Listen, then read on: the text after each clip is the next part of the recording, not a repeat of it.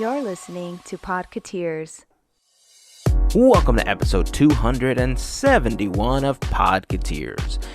D23 has come and gone, but the announcements, presentations, and experiences will live forever, or at least until something else comes around for us to talk about.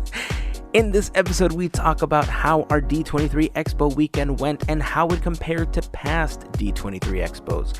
We also talk about some of the panels and presentations that we attended, and believe it or not, there was still so much that we didn't get to. Since we still have so much D23 in us, we're trying to figure out how to keep talking about it, whether it's more in the next episode, a separate recording, a live stream. Honestly, we don't know yet, but we know that we want to keep talking with you about it. So remember that you can join the conversation by connecting with us on any of our social networks. Just search for Podketeers on Instagram, Facebook, or on Twitter. We'd love to hear your thoughts on anything that we talk about in this episode and share them in an upcoming one. This is also where we will be announcing how we're going to keep talking about it, so stay tuned. Oh, also, I posted 3 panels to our YouTube channel this week. Make sure to check those out, youtube.com/Podketeers. If you like them, please give them a thumbs up, and we hope that you like them enough that you hit that subscribe button and ring that bell icon for notifications whenever new videos are posted. I also put them in the blog post for this episode at podketeers.com/271. Plus, we're creating and updating a playlist on that post with videos and presentations that we were unable to record or attend, so make sure to check back for those updates. This episode of Podketeers has been made possible by the generosity of listeners just like you, called the FGP Squad. And in case you're wondering, that's the name that our podcast Fairy Godparents gave themselves.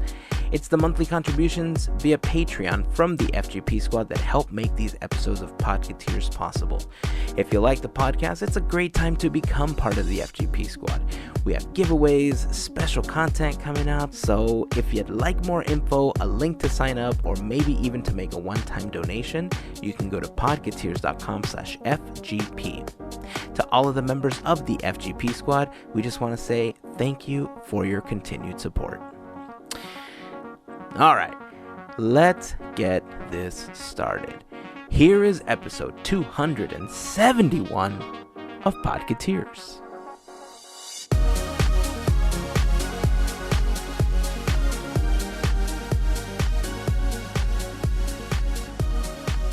Did you know that magic happens?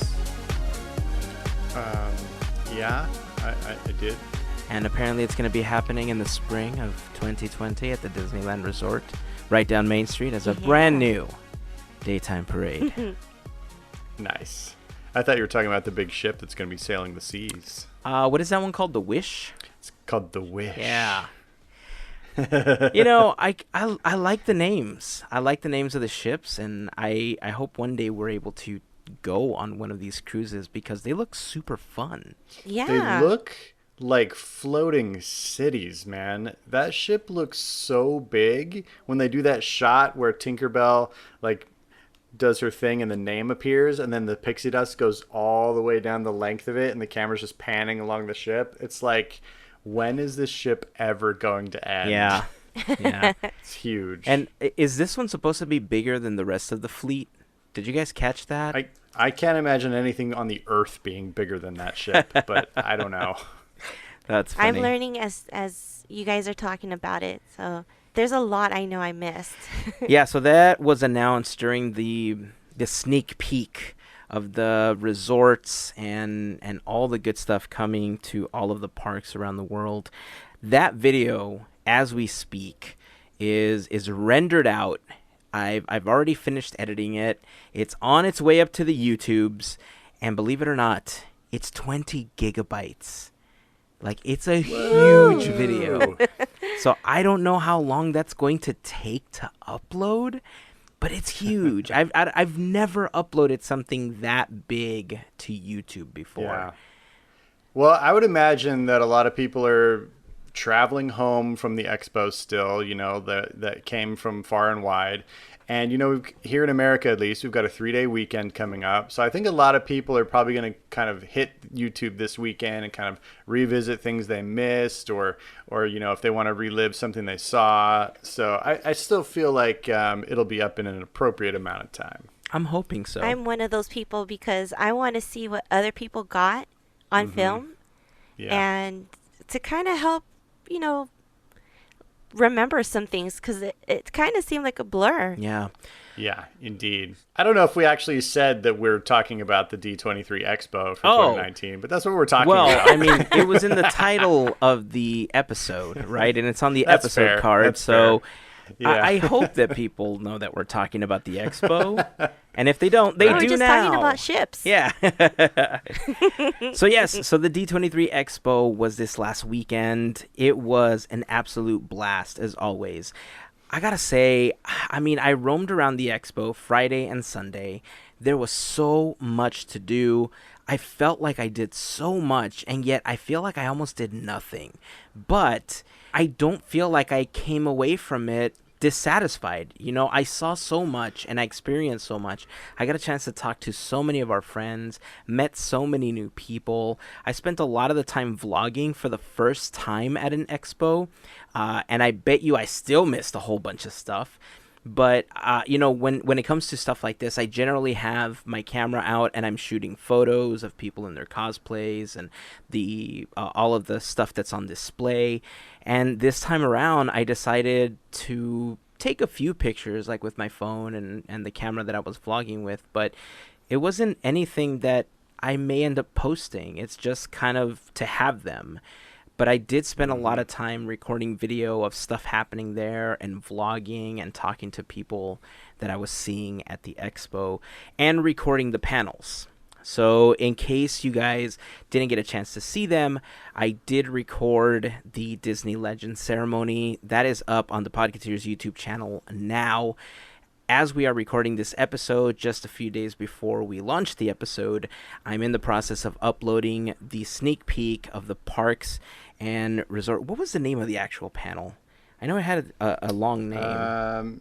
Sneak peek. I've got it pulled up right here. Sneak peek, Disney Parks, Experiences, and Products. Yes, that one. That was the one hosted by Bob Chapek.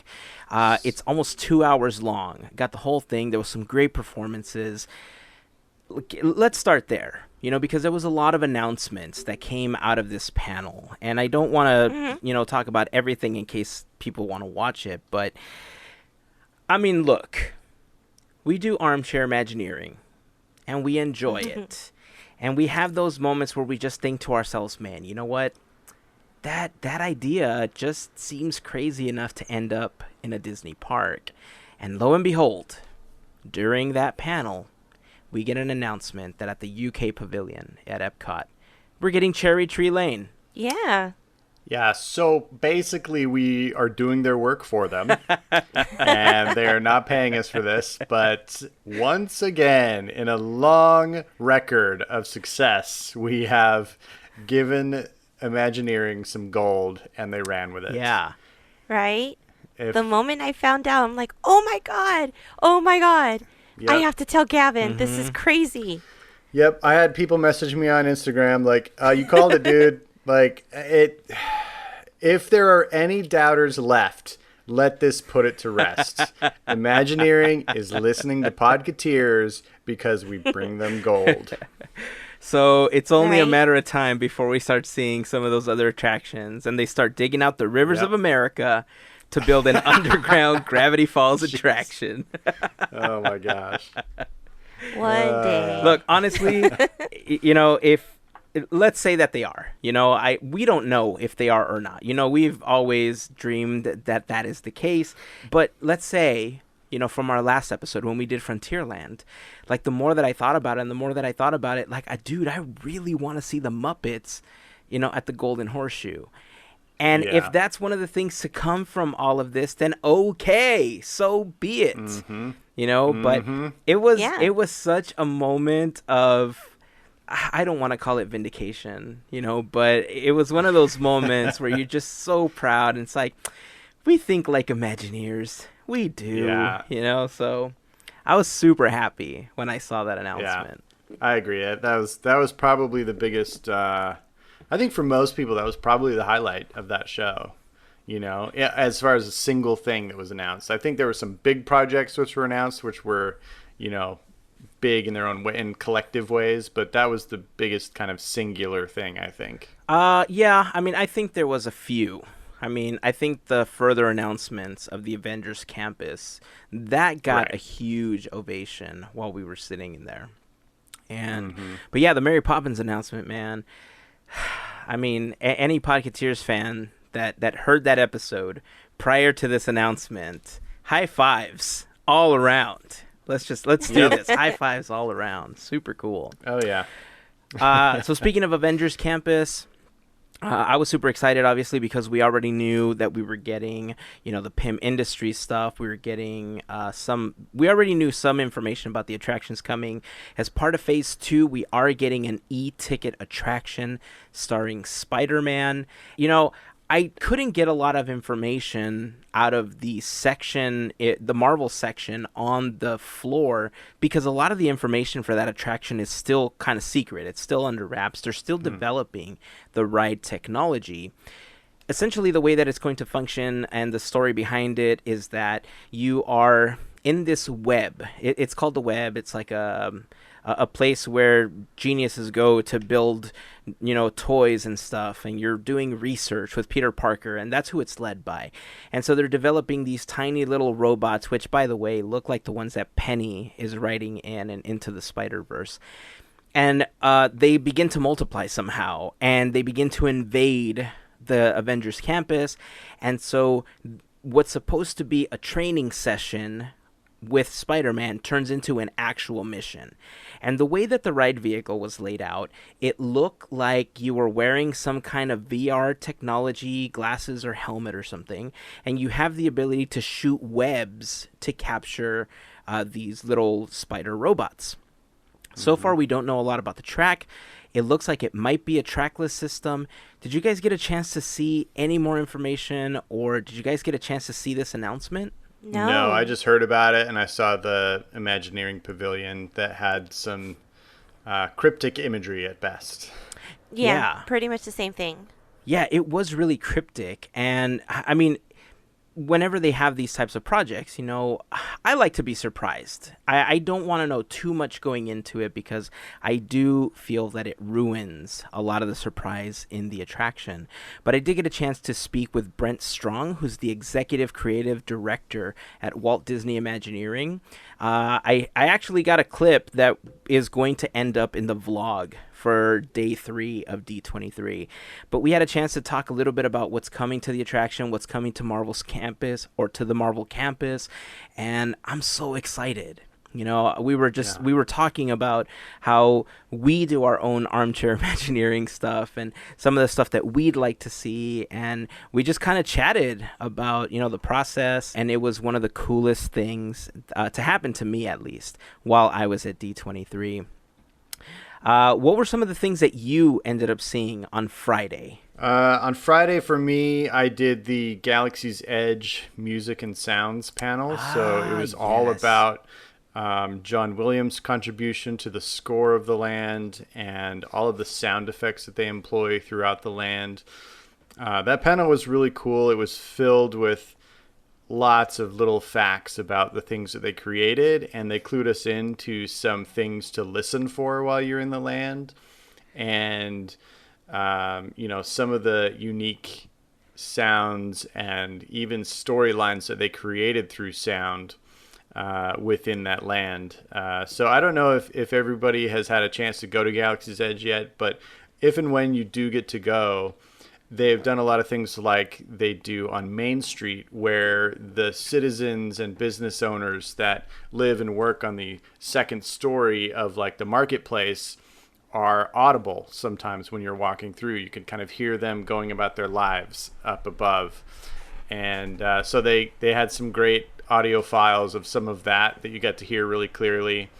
My favorite being the teenage Wookiee rock band and the angry neighbor knocking on the wall to get them to shut up. Okay, I have to ask. What did the Wookiee rock band sound like? Terrible. Awful, cacophonous noise, and I would be pounding on the wall too. But that's part of what's funny about it. It's teenagers. They don't know how to play their instruments. They're just rocking. And so it was really cool. The other cool thing that I learned in that panel was that when you're in the more tree-filled or like nature-y sections of Galaxy's Edge, if you're ever near a grove of trees or like an embankment filled with brush and trees, you're always going to hear the animals of Batuu and the insects of Batuu. And those sounds are going to change when it goes from morning to day, from day to twilight, and then to nighttime sounds. And you're going to hear different types of like nocturnal animals at night that you wouldn't hear during the day. And there's even sections where you can hear really, really big animals moving back in the woods and snapping twigs as they walk through the brush. That's awesome. So it makes that's crazy. Yeah, it makes me want to go back and just hang out all day and just listen. Yeah, just explore the audio landscape that they created, which is it's the most immersive thing they've ever done so far, and I just keep learning more layers about it. So that was really cool. The other thing I did that day was the Swiss Family Robinson panel with Kevin and Jody. And for a Disney fan and like Disney history fan, that was the dream panel, man. It was so cool to learn the history of the making of that film. Kevin and Jody actually traveled to Tobago where the film was made and like scouted out all the locations, and gave us all kinds of exclusive archival behind the scenes footage of it. And then the panel also talked about the history of the attraction at Disneyland. And for the first time ever, they premiered footage that has never been seen before of Walt Disney's first walk through the tree. And oh, wow. Like, it was never meant to be shown. It was just, they also had a camera running. And so the cameraman's trying to kind of capture the ambiance of the tree. And you just see Walt like darting in and out of rooms and up and down stairs and like exploring the whole tree in the background. It was incredible. That must have been so cool. magical. Yeah. And the film was pristine. Like, it had a little bit of that old timey, like, 1960s coloring to it. But other than that, it was crystal. And it looked like brand new developed film. So it was just such a cool panel. They showed us one like classic like movie mess up Easter egg that it's one of those things that once you see you will never unsee, and it's basically a hand reaching out from some rocks to like steady a person, and it's like not supposed to be there, and it's amazing. That's funny. So those were the two that I did on Friday. What did you do, Melissa? No panels. Oh, crazy. I didn't get any panels for Friday. Oh, okay. And that's fine. I actually tend to spend Friday on the floor checking that out. But I kind of did some shopping as well. So I kind of get that out of the way. Nice. So I was able to see some of the pavilions. I didn't see all of them. But at the same time, you guys know me. I love to dress up. I love to find like other people that tend to dress up as well. So it was kind of like that day is usually like the eye candy day where you want to check everything out and see some stuff. I want to say in the pavilion where they were showcasing everything that was new for Epcot. Being in that room, it was really packed, but seeing everything and their video, the presentation, you would say, you just felt excitement, and it got me excited for Epcot. Disneyland is my home park, but to see what's going to happen for Epcot and to feel that excitement was really, really cool. It was a cool experience. Yeah. So pretty much just that. I was drooling over the Tron cycle. Of course. Oh, it looks so cool. I know, slick, right? Man. Oh, I was like, so oh, man. Imagine if we had little moped versions of those and we were riding them around on the street. Yes, please. Yeah. We should do one of those DIY videos where we create our own. Sure. Jeez. Yeah, you know what? The Epcot pavilion was really good. I'm kind of the opposite of you. I feel like Fridays and Saturdays, whenever I get the opportunity to go on those days, are just panels and presentations for me. Like, it's always been historically the days that had the panels that I wanted to check out, like the parks one, for instance. This year, they kind of mixed it up and they put the parks panel on Sunday, I think, to try to level out the crowds. And to a certain extent, I feel like it worked. Sundays have always been, we called it the sleeper day in a previous episode, where a lot of people are already kind of burnt out from Friday and from Saturday. There's not a lot of people that go on Sunday, so it's easier to go see all of the stuff that's on display along the floor. You get the opportunity to go shopping a little bit if that's what you're into for some of the collectibles, because there's not a lot of people compared to Friday and Saturday. I don't know what it was like on Saturday, but compared to Friday, it seemed like it was fairly even. There was about the same amount of people both Friday and on Saturday, but it wasn't packed to the point where it felt uncomfortable. At least not from my experience. I walked around a lot. I got a chance to see a lot. There were things that I personally didn't want to stand in line for, but when I was looking at the line times, they were like 10 minutes, 15 minutes to go experience something. It wasn't this crazy 1 or 2 hour line that we've seen in the past. Is that what it was like for you guys throughout the expo? Pretty much. I want to say for some of the experiences, like the photo ops, the Disney Plus one, that went pretty fast. The only thing that was really, really difficult all 3 days was trying to get into Mickey's of Glendale or the Dream Store. Like, that was nearly impossible. I didn't even have any luck until Sunday. I just write that off completely. Yeah. I mean, at this point, next time, I'm not going to do it because it's just, you could spend nearly 2 hours doing that. Yeah.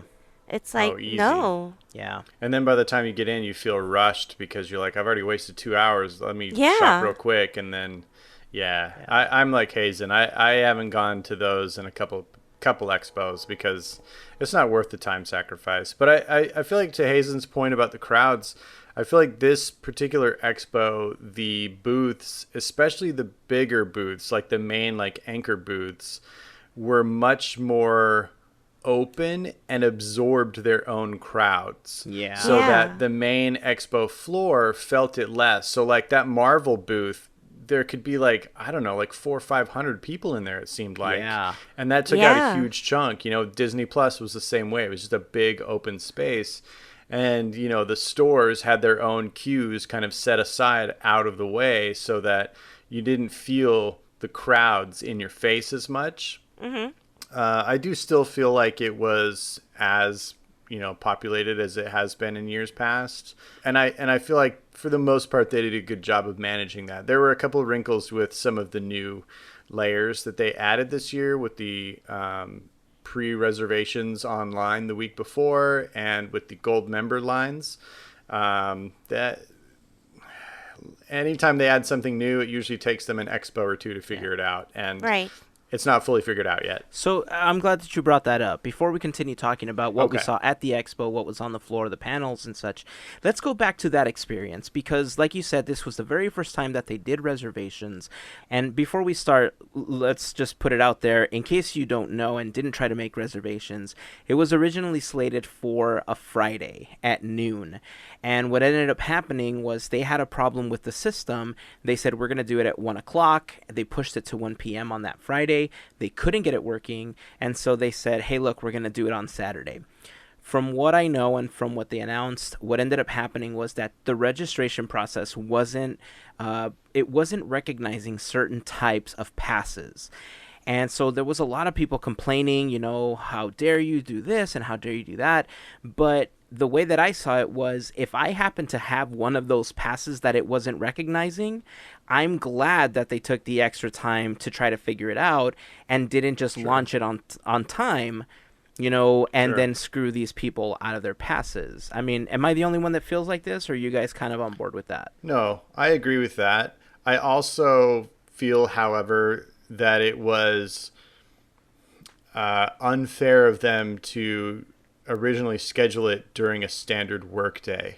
Yes. I know Yeah. some people work on the weekends, but most people work Monday through Friday, and having it in the middle of a work day, like if it's on a weekday, like do it in the evening, like I don't know. I just felt like I had given up. Like I was like, oh, well, I'm not going to be able to do this because there's no way I can just sit online for however long it's going to take while I'm at work. Yeah. I just don't have that ability.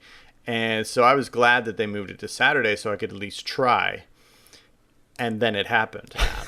So Mel, back to you. What's up? So when you tried to do it on Saturday, what was your experience like upon going onto the page and getting ready to make your reservations? Well, I was wondering, hey, there's the app and there's the website.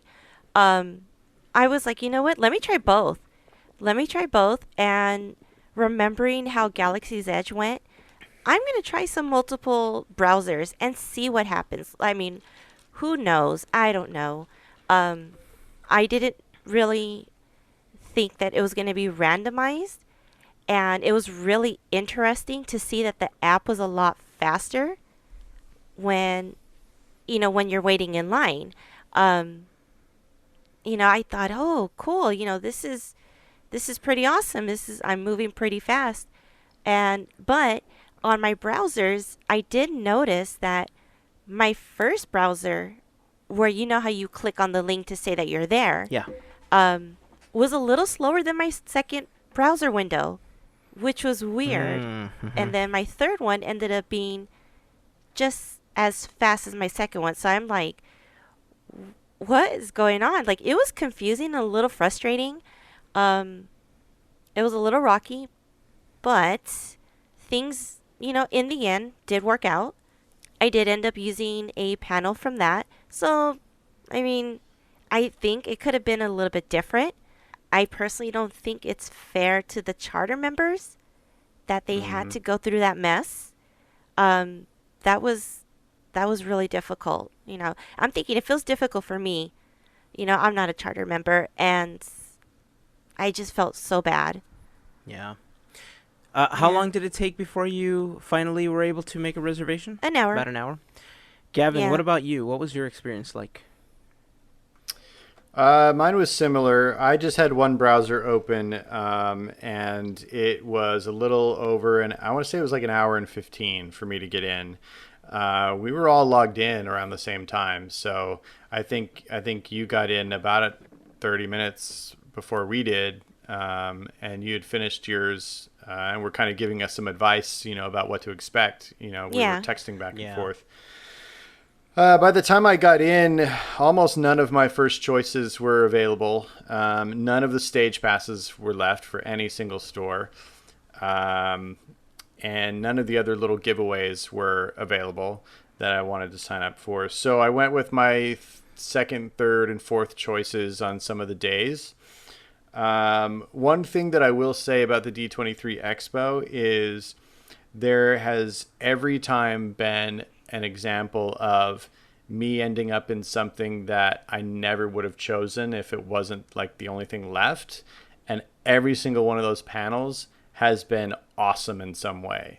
So I really feel like they do a good job of putting together great panels there and shows, even if like the title and description don't sound like anything that great. Yeah. Every single one I've ever been to has had awesomeness in it. So I was just reminding myself of that during the week leading up to it. Like, look, these are the ones I got. I'm going to enjoy them, I know. And as it turns out, I 100% did. I went to all those panels, and they were amazing. I loved every one of them. That's awesome. Yeah. Yeah, I've been in similar situations, and I have to fully agree with that pretty much every panel I've ever attended, there's been something there that I walk away feeling like that was completely worth coming to this. Oh, yeah. Absolutely agree. So my experience was, I think, just a little different. So some background on the process. Disney was using a system called Qit. It's not necessarily out of the box, but it's one of those out of the box solutions that's used by companies like Ticketmaster, for instance. When they launch tickets for a concert, you go into a virtual queue in order to avoid server overload, which I think in previous attempts at stuff like this, Disney has suffered, like their website crashing and stuff like that. So these types of services are used to alleviate that server overload. With that said, it was their first time using it. It was totally different, as far as I can tell, from the Galaxy's Edge reservations, which don't look like they were done with the Qit system. This one, I think there's a few things that Qit offers that I've seen with Ticketmaster stuff that I think would have been a little bit more helpful. For instance, when other companies do it, they have a line in the browser window that says you are X person in line. And so you kind of know, you don't just have a percentage bar, you kind of know where you stand in the line. And so if you have to go do something, you have the ability to go to the restroom or get a glass of water or whatever the case is. Or had it been on a Friday, if you're at work, you kind of know where you stand before you have to come back, right? Super helpful. Yeah. So when I logged in, we did have two browsers open. I had one for my badges, and we had one open for my wife's badges. And but our badges were registered with one email because I purchased them, so they were all basically registered and activated using my email address. The issue that I ran into was that when I logged in, first of all, as soon as you saw the page, it felt a little daunting. Because if it didn't instantly click the way that it was set up with the bars of what the hall, the arena, and you had to click on each one to basically let the tree down to see what was part of those and what was available. If you didn't kind of understand that, you were going to be lost instantly and you were going to miss out on stuff. As soon as that clicked, I figured, okay, I'm going for Legends, my number one pick. I wanted to do the Star Wars panel, and then anything else after that was perfect. The only other one that I knew that I wanted to do was the animation panel that John Stamos was doing, which I did have a chance to record, right? However, when I tried to reserve that, the animation panel said that it was full. So I figured, okay, well, I'm getting Legends and I'm getting Star Wars.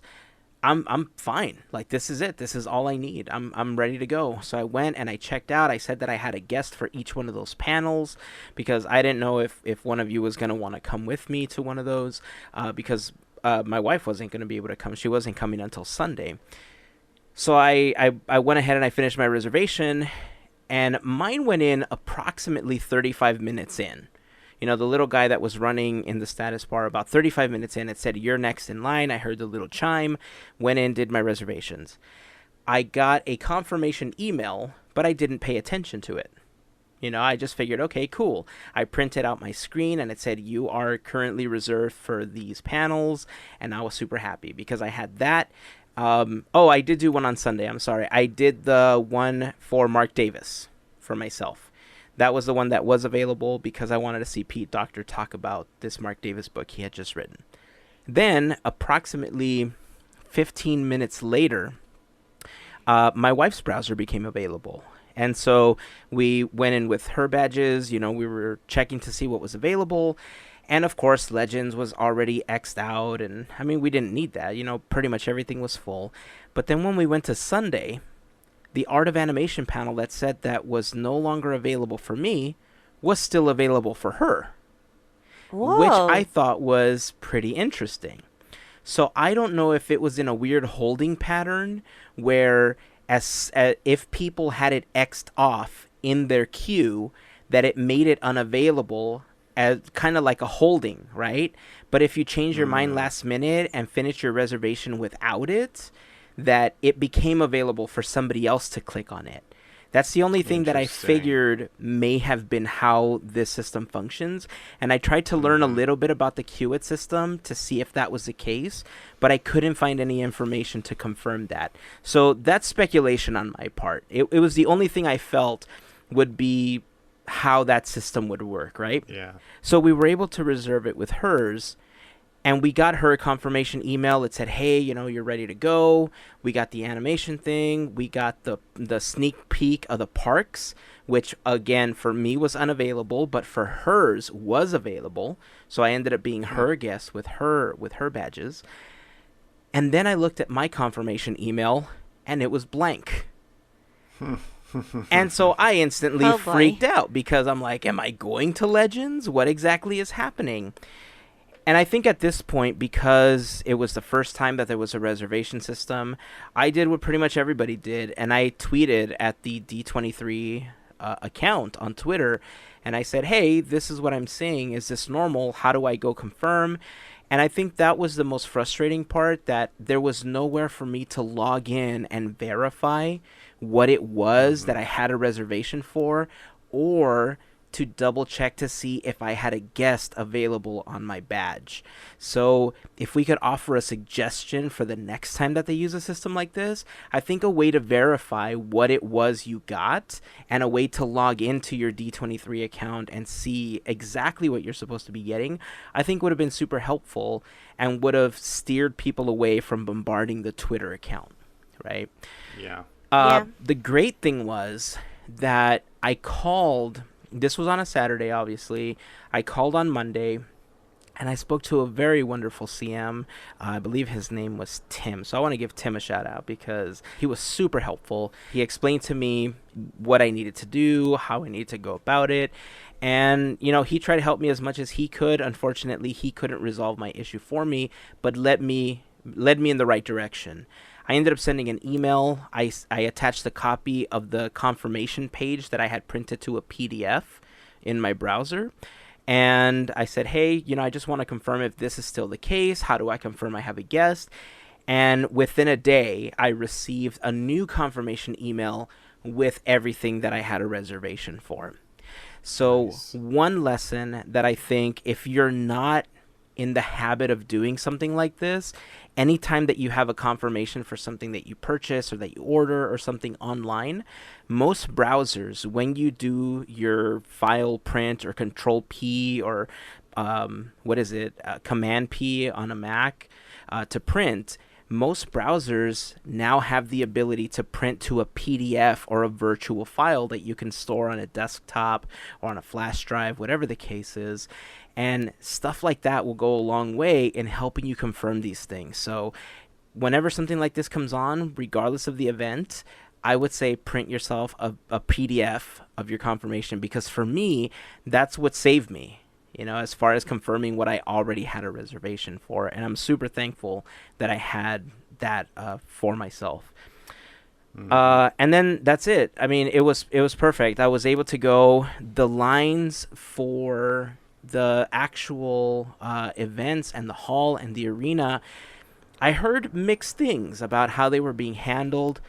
My experience in general was, I showed up, I went through security, I asked one cast member, hey, I'm going to the Legends panel.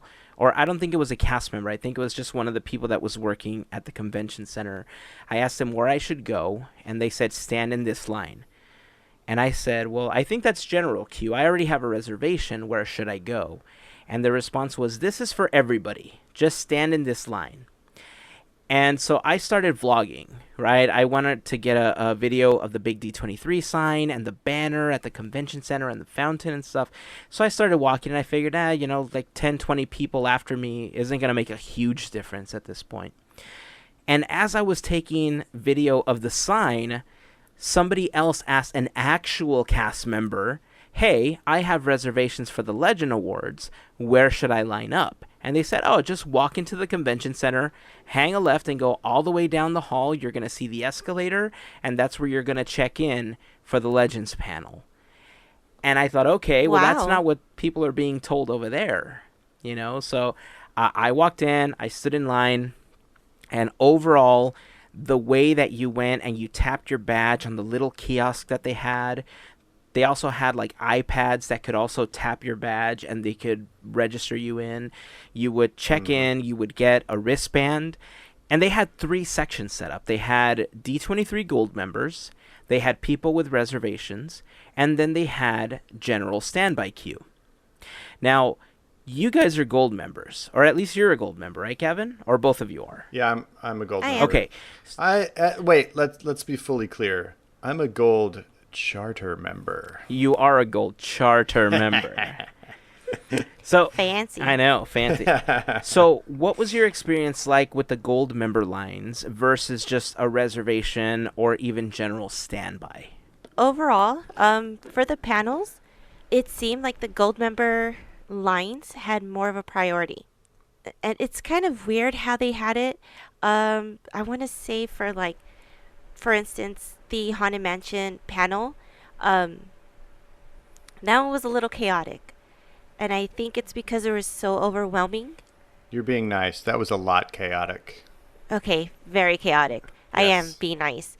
Very chaotic. I mean, everybody was there. We were waiting. If we were to have like a pre-line of just us gold members, things would have Yeah. been a little smoother. But the folks, I believe it's the convention staff, was a little hard on us. That was a little bit difficult. And it's like, we're not general. I mean, maybe they were confused. I don't know. That was the only panel that was really difficult. The other ones that I attended, they were fine. I mean, granted, this was on Sunday. Maybe they had the kinks out, but Sunday was a breeze. We walked in, we would be there early, and they would be like, well, what section do you want? This, this, and this. Of course, I want center. So, cool, we Yeah. got center. Not a problem. But for Saturday, man, that Haunted Mansion panel was really difficult from the beginning. Like 30 minutes before even we were supposed to line up. It was just, that was kind of a nightmare. And it kind of carried through into the panel. It just seemed like Sundays flowed a little bit better, for sure. Yeah. It was it was really rough. I don't know how it was for Friday, because again, I didn't have any panels, but Saturday seemed really, really rough. Yeah, the gold member line it's a great idea, and it's an awesome benefit for Yeah. the gold members. It was really cool that for the first time ever, they kind of gave you an at the expo incentive with the gold member lines and the gold member offers at all of the stores. But, I think you kind of identified the main problem, Mel, and that is the gold member line at the arena. At Hall D23 and at Stage 28 and at the archive stage, it was not a problem. They had a separate section. You could line up way before the show. But Yeah, for whatever yeah. reason, for the arena, they were being really tight with the window that you could line up. So as soon as the arena empties out and they verify that it's clear and they put up the ropes, they should just start letting people pre-queue in that area, because it's not like you have to let them into the arena. That everybody knows they're going to be sitting there until the show. I didn't understand why they were not letting people get in their designated line at that point, because they weren't using that area for anything. It just kept empty the whole time, So it was really weird. And by the time, especially the Haunted Mansion panel came around, people started to figure out that situation at the arena. And so they started crowding that area. And, I kind of stepped away a little bit to look at some things. And I turned around and I was basically like, there was probably 500 to 600 people between me and you at that point. Yeah, And so, I have a photo. Yeah, I have a photo. you and your friends got to squeeze in, and I was about, I don't know, 10 rows of people back at the point that they cut it off. And it broke my and heart. of course, while you're in the gold member thrush trying to get into that, behind you, the regular standby line is filling up. So I turned around and was one of the first people to walk over to the standby line, and it was already full. So What? we were kind of caught in the middle, and those of us that didn't make it in that's why I said, well, enjoy the show, because I don't get to go to it. So it wasn't even something that you could queue up for hours early for if you wanted to. Yeah. You almost had to be lucky with the arena if you didn't have a reservation.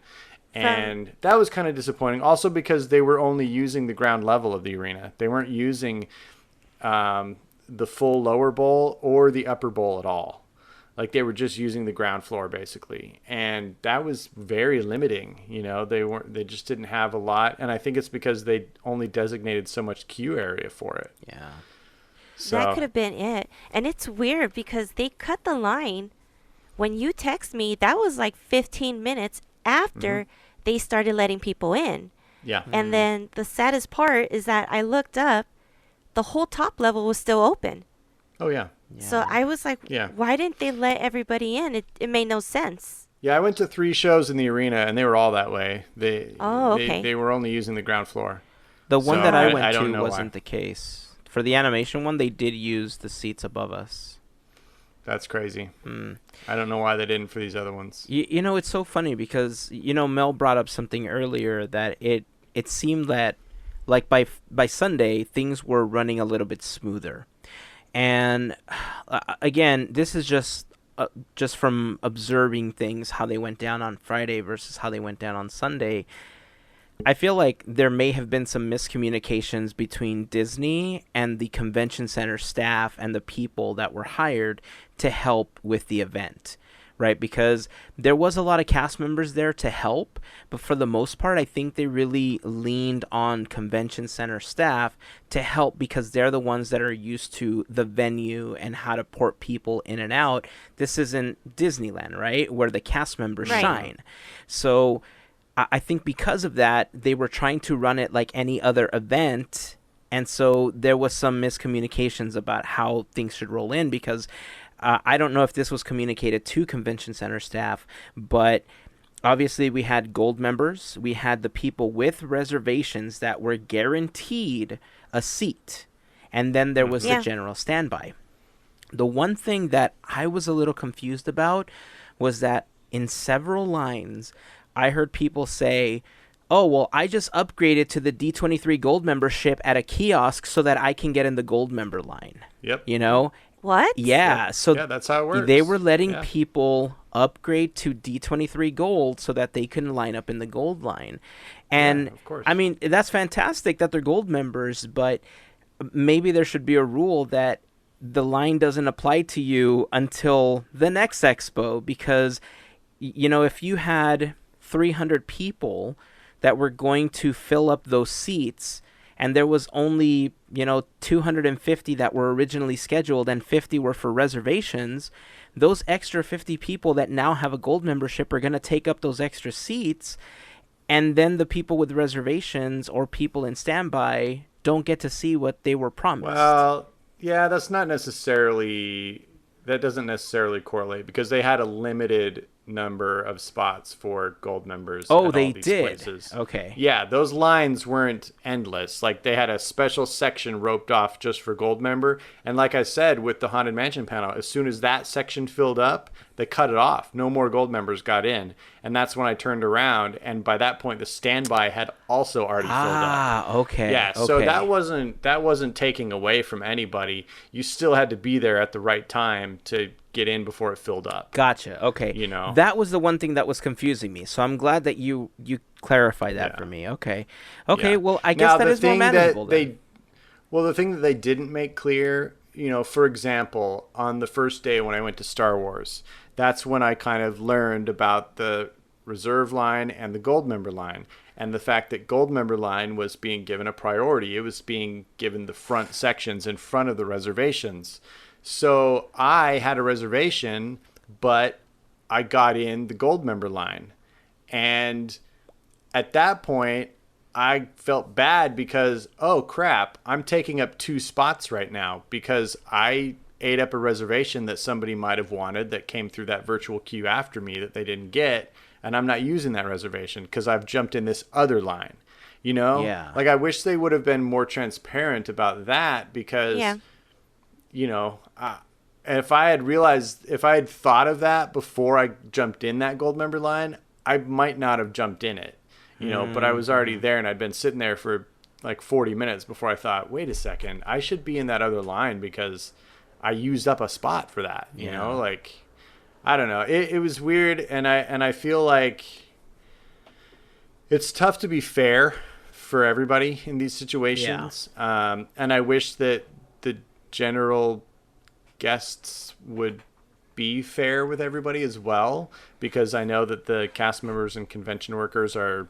doing their hardest as they're outnumbered 2,000 to 1, everywhere they look. So I don't know. I feel like if we all just helped each other out, we could all have a great experience. And I think for the most part we did.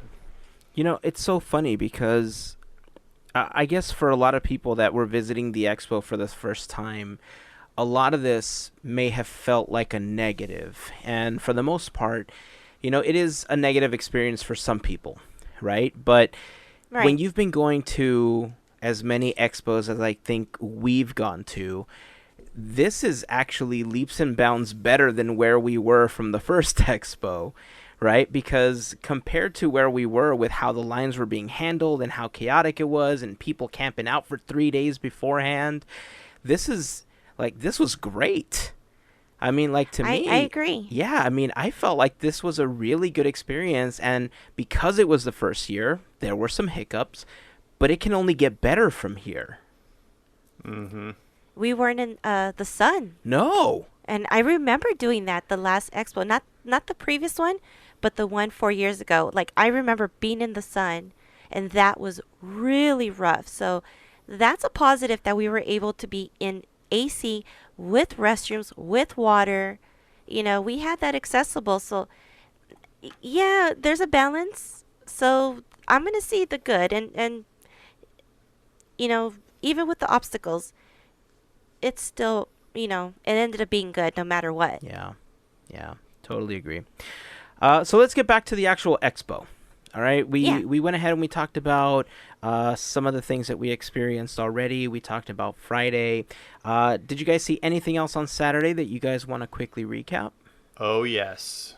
Saturday was the highlight show of the weekend for me. I believe Melissa saw this one too. It was the Disney on Broadway 25th anniversary concert. Yes. It was over an hour and a half, almost close to 2 hours long. It was spectacularly good. I'm so glad I went.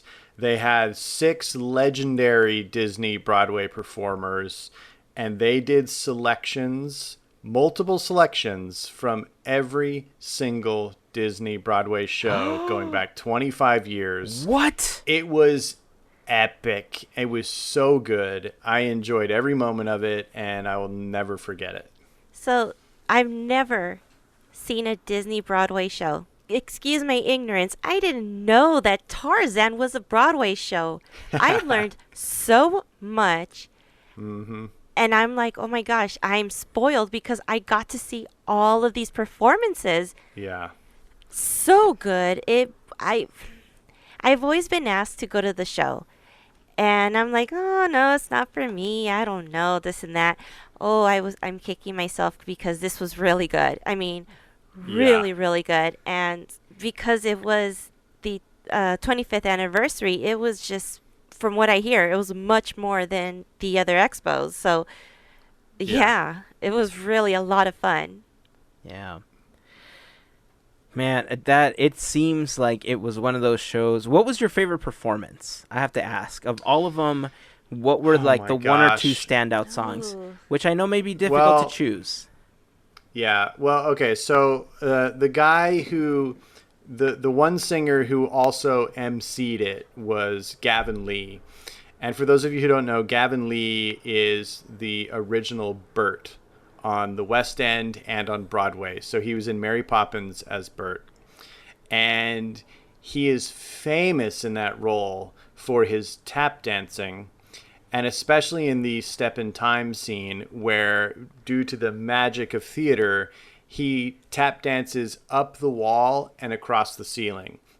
Now, they didn't pull off that in this show, but he tapped the heck out of Step in Time, and that was so amazing to see in person, because he is like what Dick Van Dyke like would be if he was in modern Broadway with like modern dance technique and like, but all that zany like physical humor, like he's perfect. So for me, I think it was probably Step in Time. But it's so hard to pick. I mean, they were just destroying song after song after song. It was amazing. Wow.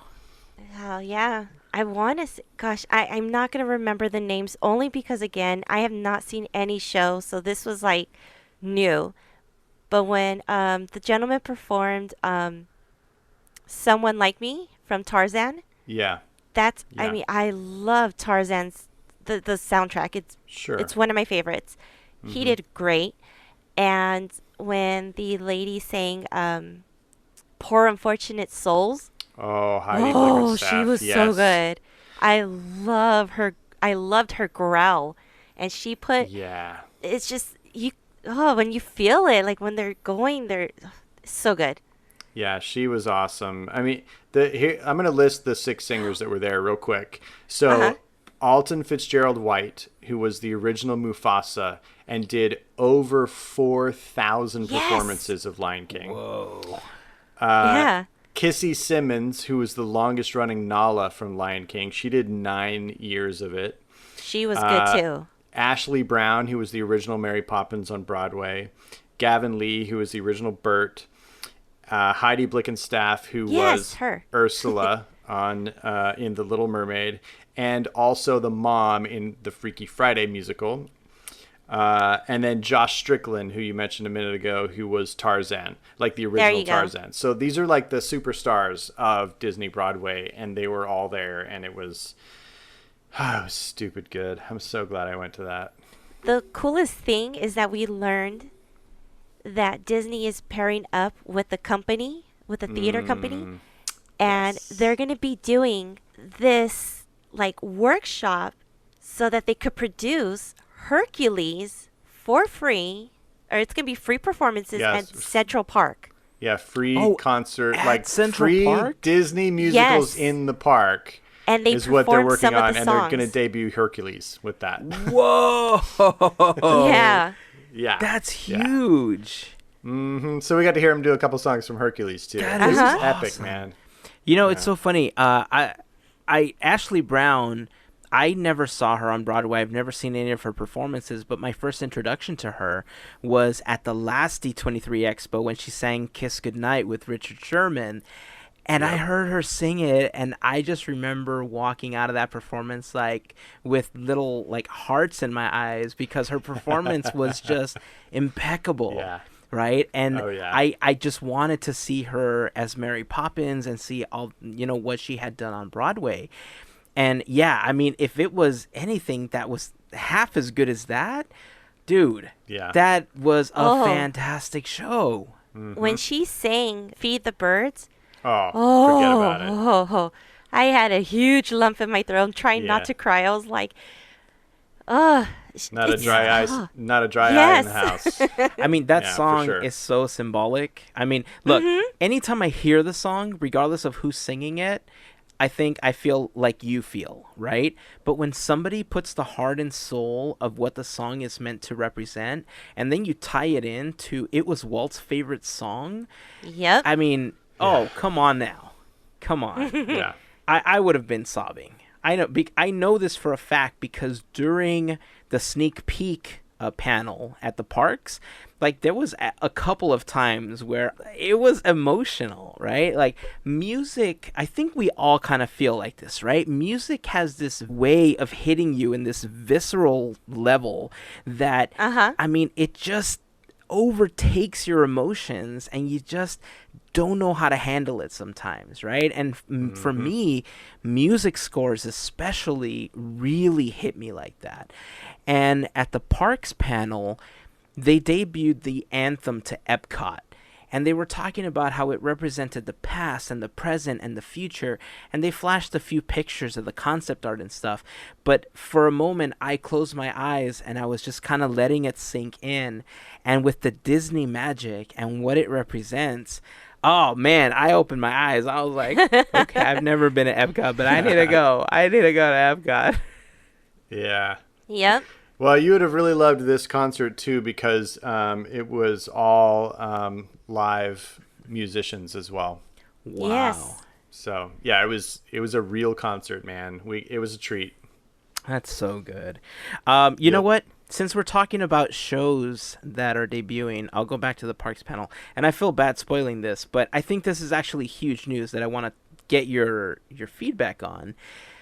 One of the things that's coming is a brand new show that's being put on by Disney, the Disney animators, and none other than Cirque du Soleil.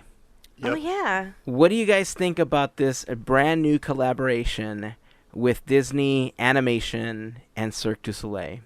I'm sure it's going to be awesome. And just, I've been to a few, like, Cirque shows. It's already emotional enough. So you add Disney animation to it? Good grief, we're going to come out crying. I'm sure it's going to be emotional. It's going to be beautiful. I'm actually excited, and I kind of want to go back to Florida. What are some of the Cirque shows that you guys have seen? I've seen Mystere and Viva Elvis, Oh, okay. which kind of reminded me of Lilo and Stitch. Okay. I haven't seen any of them. To be honest, they haven't really sold me on their concept. It's not something I'm really interested in. I'm sure Disney's going to create pure magic with it like they do with all their things. And I'm sure they'll find a way to, marry that with the Cirque du Soleil magic that people love and adore. Not my thing. Okay. Fair enough. Yeah. I've had Yeah. a chance to see some clips of a couple of the Cirque shows that they've done, like some of the stuff that they did for the Beatles. It's okay. I really did not like their musical chopping and dicing up of songs Well, and remixings. well. I did not approve. Well, we did also see Ka, and I really enjoyed Ka. I thought that was a very well put together show. And believe it or not, a long time ago, as you guys know, I'm very big on magic. And What? yes, exactly. No. At one point, my wife and I had gone to Las Vegas when we were just the young newlyweds that we were. And we stayed at the Luxor. And as part of the residency at the Luxor was none other than Chris Angel. And it was a Cirque du Soleil show. And it was an absolute mess and a big honking piece of garbage. It was not good. So, I mean, I've had good experiences with Cirque du Soleil and I've had bad ones, but I'm sure that this collaboration with Disney is going to be very good because the way that it's described is the animators have been working really closely with the Cirque team to make sure that all of the animations that are going to be projected throughout the stage are interacting with the performers. And I think Ooh. that's going to be the coolest part about this show. And I think it goes into previews in just about 5 or 6 months. So I think in April of next year, it's either April that it goes into previews or April when it opens next year. I don't remember exactly. But yeah, that's one of those things that I'm super excited about as far as what's coming. Well, I'd be willing to bet that will probably be my first Cirque show that I see because I do want to get to Disney World in the next year or two. And so if I'm there, I might as well see it, right? Yeah. I mean, Right. that's kind of how I feel. Like, I've always wanted to go to Disney World, but with the whole like flying thing and stuff, like I've never like really bothered. I just kind of watch everything on the YouTubes. But with everything that's coming, all the modifications, all of the plussing that's coming to Epcot, all of the new experiences, like I can't not go now. Like now I actually have to start tossing some pennies into that, Walt Disney World jar to start saving up for that vacation, right? Yep. Like Yep. now more than ever because there's just so many good things coming. Plus, I want to actually go to Hong Kong now. It's going to Yeah, have totally. its own very unique castle that's going to be inspired by 13 different Disney princesses, something that's never been done before at any Disney park. Yeah, it looks gorgeous too. Yeah. Ah, man, there was so many amazing things. Anything else that you guys want to recap before we start kind of wrapping up this episode? Yes. The character's 30th anniversary panel was amazing. Oh yeah. You know, they did have, whoever was listed. I thought, oh, what it'd be nice since we have these princesses, if Anika Noni Rose just showed up because, she's a princess too. She was there. So was Jim Cummings. And the way that they started this show was Corey Burden came out and started it off.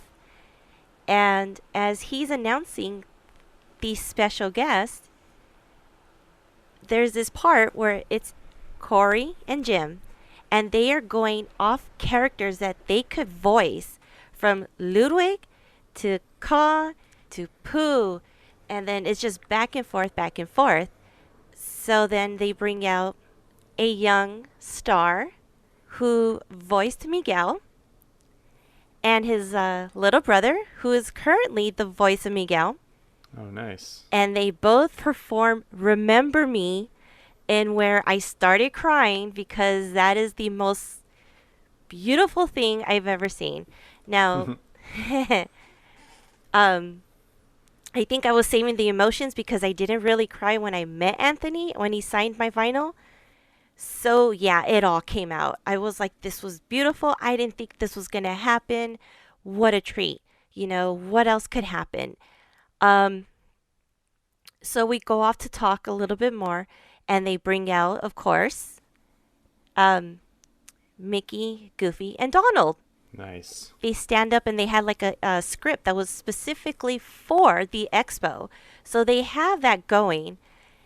And then they start talking about Wayne and Rusi. Aww.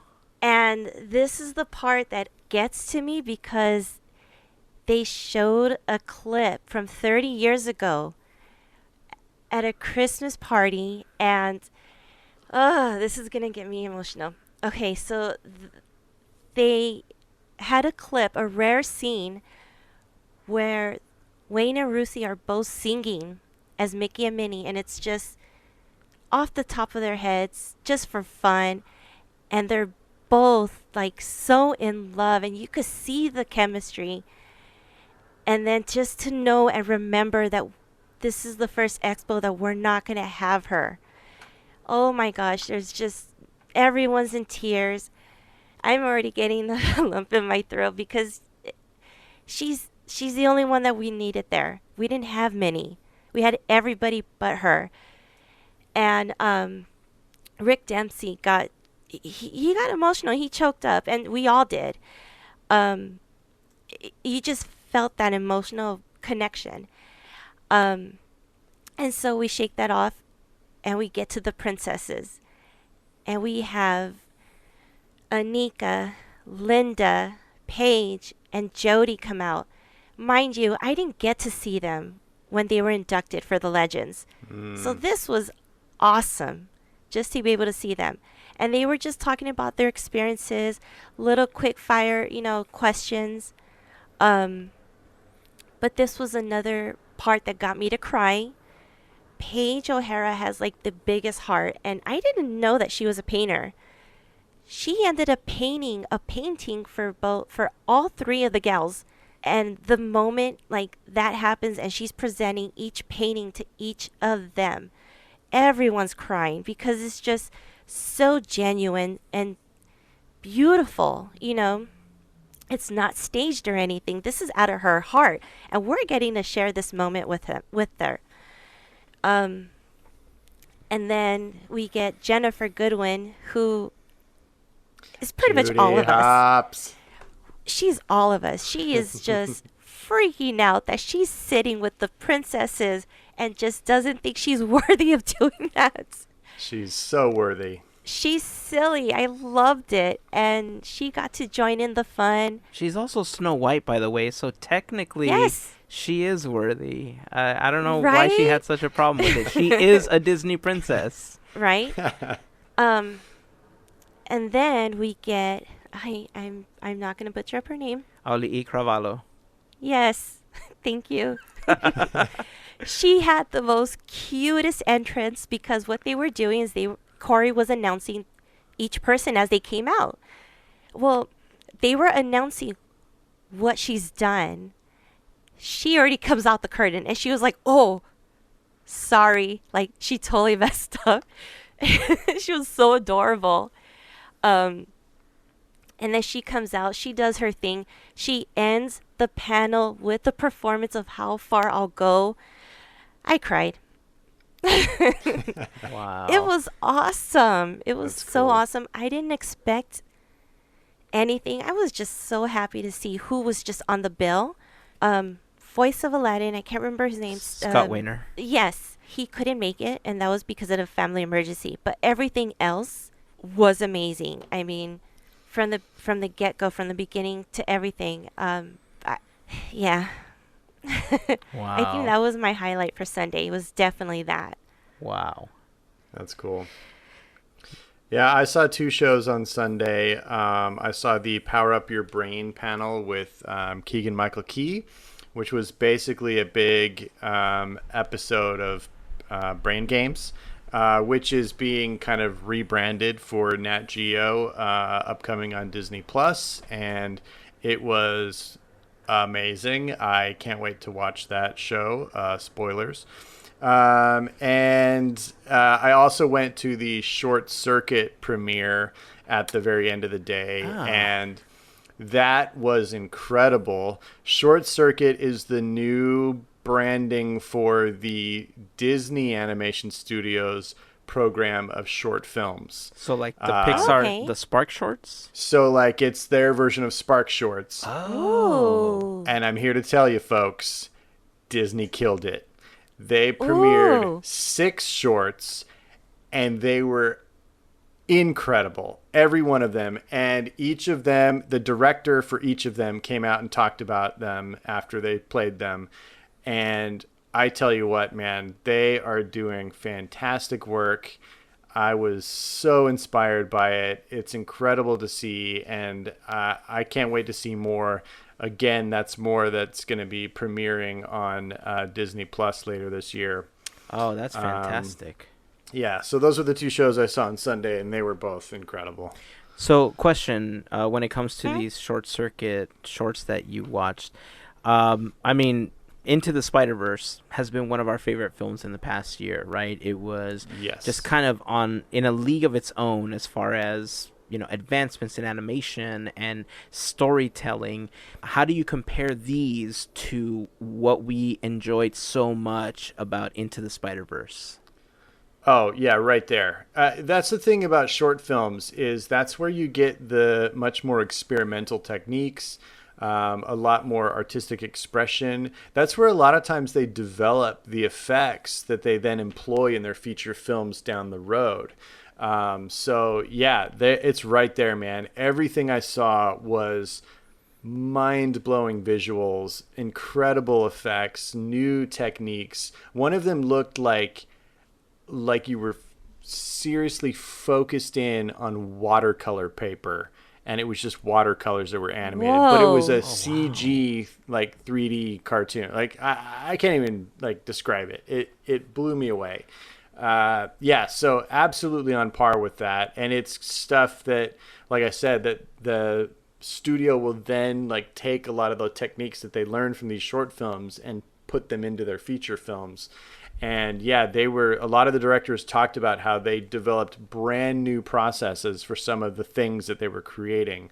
One in particular had lightning effects that will like blow your mind away. I mean, really, really incredible stuff. The guy who was the director of the Feast short that came out many years ago at this point, he decided to take that style and push it like 5 levels further for his short, and it is unbelievably good. I cannot say enough good things about the 6 shorts that I saw, and I'm so excited to see more from this program. It's really cool. Basically, anybody at the studio can pitch to have a short circuit film, and they have a selection committee, and if you get selected, you basically get the resources of the Disney studio to make your film, and they can like pull from any department, and like lots of people like hopping on board because they're fun like side projects for them. So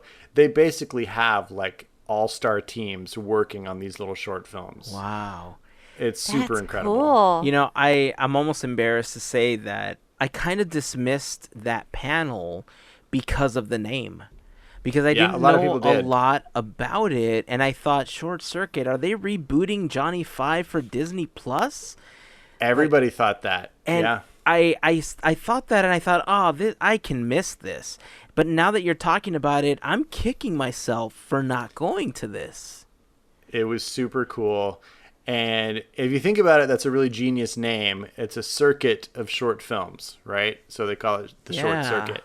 It's unfortunate that many of us are old enough to know what Short Circuit is. I don't think a lot of younger people, teens and kids, like know Short Circuit anymore. So I don't think that's a problem for the next generation. But yeah, for us adults, it's like, it's kind of a weird name to choose. But yeah, I get it. I get it. So definitely the thing I regret not going to, and of the 2 days, obviously, that I was there, the two things I regret not going to is obviously the Short Circuit panel and then the Voices panel that you attended, Melissa. Unfortunately, that overlapped the art of Disney storytelling. And I remember when the Voices one first came out, they only had 4 or 5 names listed in the app that were going to appear at that panel.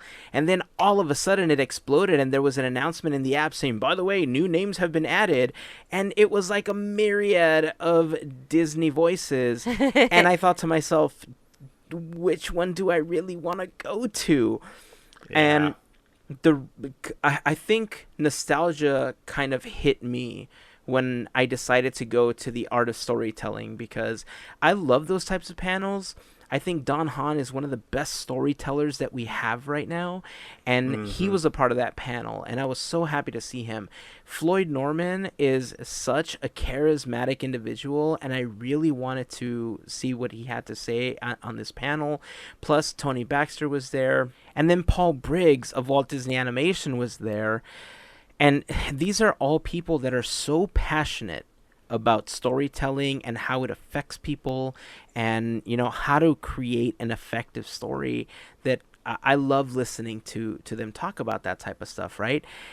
And plus, this is kind of the sister panel of the last time that I saw Marty Sklar, and so to me that held a special connection, and I really wanted to make sure that I saw this one as well, because I felt that it was connected to that one. Even though it wasn't. It was two different things. One was Imagineering, one was animation, but just, nostalgia kind of hit me at that point as far as where it was and stuff. But yeah, definitely those two. Obviously, I've been complaining about it for the last 3 weeks. Saturday, Haunted Mansion panel is obviously the one that I wish I would have been at, because I've heard so many amazing things about that panel.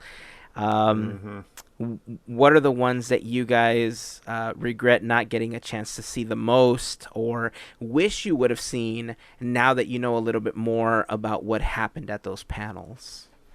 For me, the Parks panel. That's the one I go to every year and that I didn't get to go to this year. That's always going to be my number one thing, because that's usually the thing I'm most interested in, is what Imagineering is up to. Because that's probably my most, like, the biggest part of my Disney fandom. I know I had a reservation for this, but I really needed that extra sleep. I didn't make it to the Simpsons panel. As I stated I was going to go to. And I was exhausted. And after the panel, I think Yeardley Smith was just like walking the floor, just talking to people, which I thought was pretty cool. Yeah, Simpsons cool. At D23. Who would have thunk it? It's crazy. Right? But the cool thing was I got to see the crowd leaving, and it was a big crowd. So that was really good to know that they had a packed house. Yeah. I mean, Yeah. That was awesome. Oh, man. D23. You gotta love it. So many good things. So many good things. I got a chance to see so many people and so many people that I missed. I want to send a quick shout out to a member of the FGP Squad, Latasha, who I think all had a chance to see this weekend at D23. Yep. I had a brief moment to speak with her while we were trying to get in line for the panel in the morning, and then I owe her one of the classic I'm listening Podketeers buttons, because I tried to go back to find her, and then like the lines just kind of exploded, and so I didn't get a chance to find her. So Latasha, I owe you that button. It was fantastic to see you, and I'm looking forward to the next time that you're in town. And since we're mentioning the FGP Squad, I do want to give a special shout out to the newest member of the FGP Squad, Heather. Thank you for becoming a member of our Fairy Godparent team, or the FGP Squad, because it is their generosity and contributions monthly via Patreon that help produce these episodes. If you want a little more information on how you can become part of the FGP Squad, you can head over to podketeers.com/FGP. We heart you, and we totally appreciate you guys for all of your contributions and your help. There's just so many people to shout out. I can't even begin to tell you. By the way, while I went to go visit Bob at his booth, I had an opportunity to check out the Grand Marceline Cocoa and Coffee Company. And I did too. Oh, Good dude. stuff. Wasn't it fantastic? Yeah. Did you get a coffee sample? I did get a coffee sample. It was so good, dude. It was delicious. They had, they explained the process to me. I had a chance to talk to, I believe, one of the owners, and he's going to be in the vlog. They were super nice. They had different things to taste. They had a dark roast, and they had, I like medium roast. I don't like dark roast because I like more caffeine in my coffee. But it was just so smooth and tasty.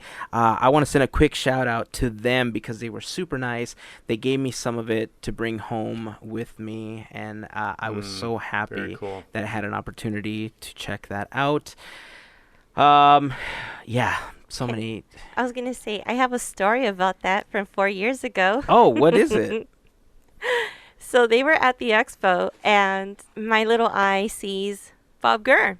I all of a sudden wanted coffee, and I went to go make coffee, and I got to talk to him a little bit, but it was because of that coffee stand that I got to talk to Bob for just a second or two. But awesome. It was just enough to make my day, so good stuff. Nice. Yeah. It's always fun when you get a chance to run into Imagineers and animators, when you're on the floor. I had never had an opportunity to speak to the voice of Mickey Mouse. And at the end of the expo, we were hanging out, and I had a chance to say hi to Bill and Camille, and we were sitting there chatting about the boys and, life, the universe, and everything. And Brett Iwan walked out, and for the first time, I had an opportunity to introduce myself and have a chat with him, and he was super cool, super nice guy. We got a chance to meet Ashley Eckstein, who's from her universe. Wow. We had a chat with her. She signed my wife's Captain Marvel jacket, and she was geeking out about it because she loves Ashley's clothing line. It was just a wonderful expo. I think overall crowd levels were pretty good compared to other years. Regardless of some of those pitfalls, I came out of this happy. And I didn't even get to see the Haunted Mansion panel, so that says a lot. Yeah, it does. Oh, yeah. So, in case you guys missed the Parks panel, again, I'm going to be posting that on our YouTube channel, the Disney Legends Ceremony. Even though I didn't get a chance to sit in the middle where I was originally slated to sit, I was off to the side. I still filmed it because, quite frankly, it's the Disney Legends panel. So that's up on the YouTube channel now. You guys can go enjoy that. I'm also going to be putting the Art of Animation panel that I attended as soon as the 20 gigabytes worth of Parks panel has been uploaded. That one is next. We're going to try to find some videos from other YouTubers that we know, and we'll put them in the blog post along with these to supplement our videos for the panels that we weren't able to film or that we weren't able to attend, because there was just so much awesomeness all around.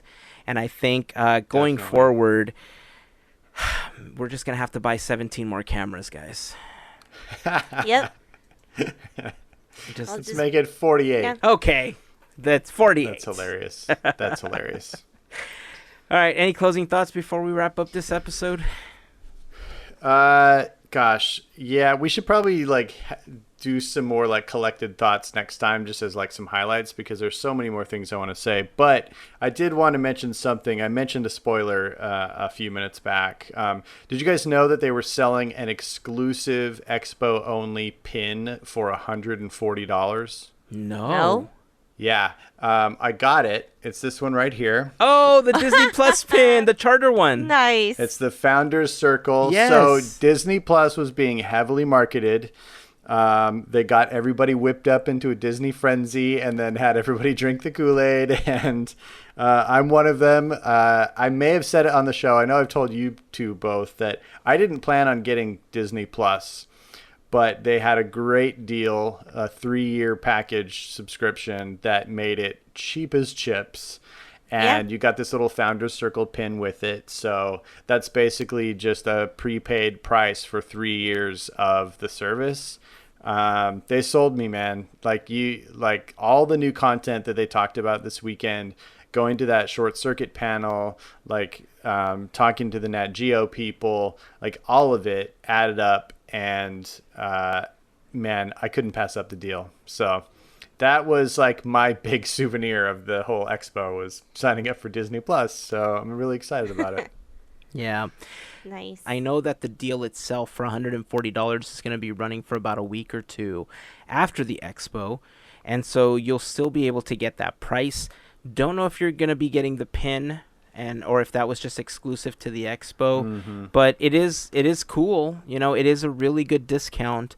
We thought about getting it as well, and I couldn't decide between that and the Mark Davis book, and I waited too long because the Mark Davis book just wasn't available by the time I went back for it. Oh, man. So I'm going to be ordering that on Amazon now. Okay, Unfortunately, without Pete Doctor's signature. Oh. So that is the downside, and because I didn't get a chance to get it at the expo, it's now also going to be missing the exclusive WED Enterprises stamp that's going to be inside that was exclusively designed for the expo. So I'm kind of bummed out about that, especially considering that all weekend I was super psyched about getting those books. Yeah. But it's okay, One day when I tour Pixar, if anybody can make that happen for me, when I tour Pixar and I get a chance to see Pete, I'm just going to be like, yo, buddy, can you sign this for me? And he'll be like, sure. Pro tip, if you see something you want at the expo, buy it when you see it. For real. For real, because it is not guaranteed to be there, even when you turn around. We saw that with products. We saw that with lines. Just do it. We saw that with badges for Saturday. Yep. Just do it. All right. I think that's going to wrap up this episode.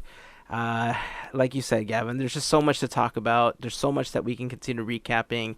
And very easily, this episode can be 12 hours long. Totally. Maybe, I think to supplement this episode, I don't know if you guys are up to it this week, but maybe let's do a live stream and get some people in on the conversation, especially if they had a chance to go to D23, and we can all just kind of chat about it. So maybe that's something that we do this weekend. I don't know. Let's talk about it. Let's try to figure that out, and we'll post all of that on social media. If you're not following us, obviously, Podketeers, Podketeers. We're on Instagram, Facebook, and on Twitter. And for those that have been with us for a long time, apparently we're still on Vero. But, I mean, no one else is. I forgot about that. So, just thought I'd throw that out there. Amazing. We'll talk about doing a live stream, and that way we can connect with all of you. If you guys want to join the conversation about anything that we talked about, and you want to share some of your thoughts about anything that you experienced at the expo, thoughts on what we talked about, hit us up on Instagram, Twitter, or on Facebook. You can even go to the blog post for this episode over at podketeers.com/271. and leave your thoughts in the comments section. We'd love to hear them, and we'd love to share them in an upcoming episode. And by the way, by the time that this episode comes out, we're going to be super close to choosing our winner for the Haunted Mansion Hitchhiker's shirt. So if you haven't entered, you have just hours from the launch of this episode to enter. Make sure to find the post. We'll put it back in our Instagram story this week. Make sure you enter, tag some people, have them tag you, have them post again, and we're going to choose a winner.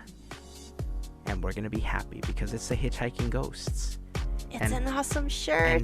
But we love the Hitchhiking Ghosts, and that's more important. And we love all of our listeners. So Yes. thank you to all of you for listening. That is going to wrap up this episode. So until next time, keep dreaming, keep moving forward, and always remember to pass on the magic. Have a wonderful week, everyone. Bye. Made you look.